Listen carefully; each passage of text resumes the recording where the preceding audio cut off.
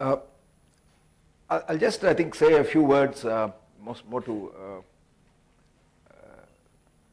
provoke you to read the book rather than tell what is in the book. Of course, I wrote it for entrepreneurs, but I also wrote it for entrepreneurs who are dreaming, but not doing.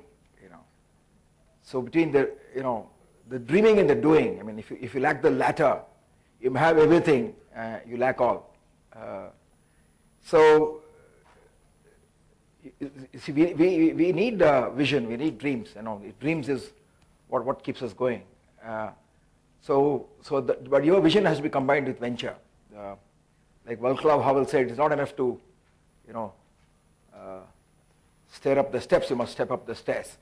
So that the dreaming and the doing is what I'm talking about. And of course, everybody can't be entrepreneurs. Maybe it's not for everybody. It's very demanding. It demands a lot of sacrifice. It is 24/7 throughout your life if you're an entrepreneur. But it is also not about just entrepreneurship. It's about the love for life. It's about the zest for life. Like Tagore said, you live in this world when you love it. So in spite of all the pressures that you may have of entrepreneurship, it is along the way. Every moment you get, it is about, loving life. It's about living life.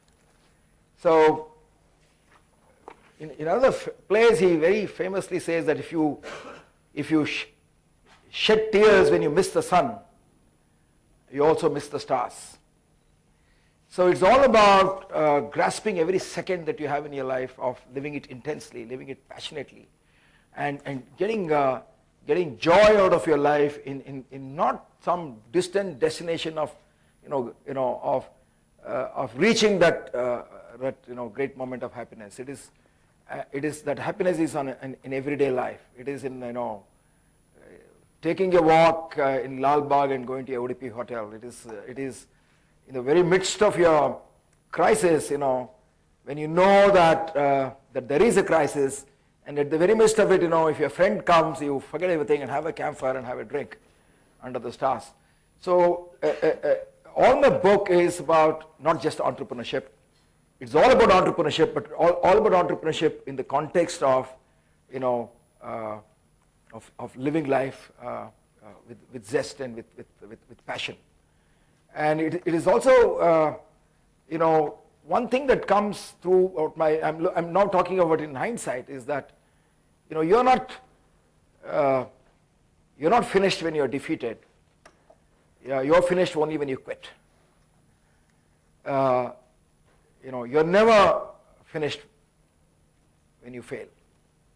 You're only finished when you quit. So I think with all the wretchedness of a human being's life, I think I say this with all the seriousness. When I say wretchedness, we sometimes compromise, we sometimes prostitute ourselves.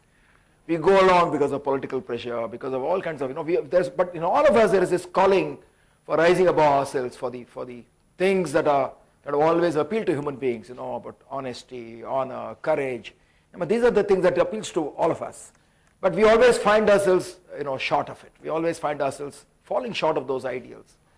So it is to say that in spite of all that, in spite of the wretchedness of life, of the human condition sometimes, when you look at the way in our own country, or during the Second World War, what the world went through, or throughout periods of history, people have never been able to give satisfactory answers to the problems of evil, like what happened in Dantewad recently, the kind of poverty that we have.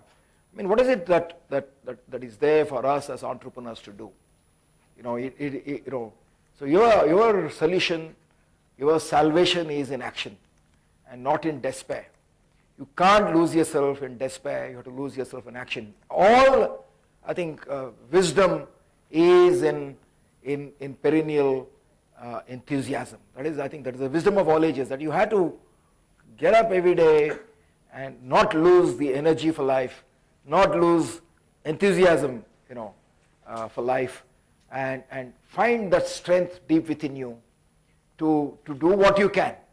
So I think the magnificence of a human being is that your ability to struggle against these kind of forces, which sometimes we feel is insurmountable. So my book is, in that sense, is not just about how to market or how to build a billion-dollar company. It's also about the joy of building, the joy of creating. And when I went through the early days, I went through hell, and I also saw heaven. I got into debt like all farmers. I got out of debt, and the various things that I did was because, well, when you have all these idealistic things, but at the end of the day, all of us need to find and do meaningful work. Our salvation is in meaningful work that we need to do, and so it's all about that aspect of and journey of life. So, and that's what I have described. So it is more in the nature of a story.